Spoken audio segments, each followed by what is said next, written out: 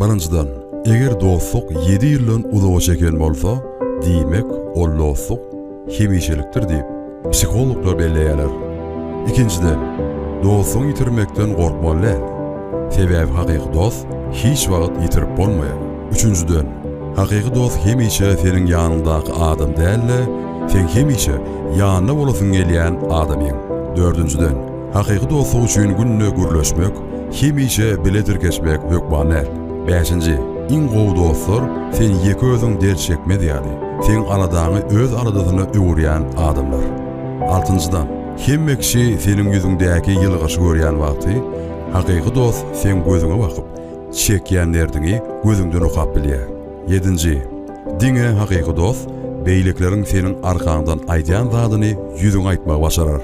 Sekizinci, kä wagtlar dostuň bilen gürleşip oturmak, issenlik lukmandan kömek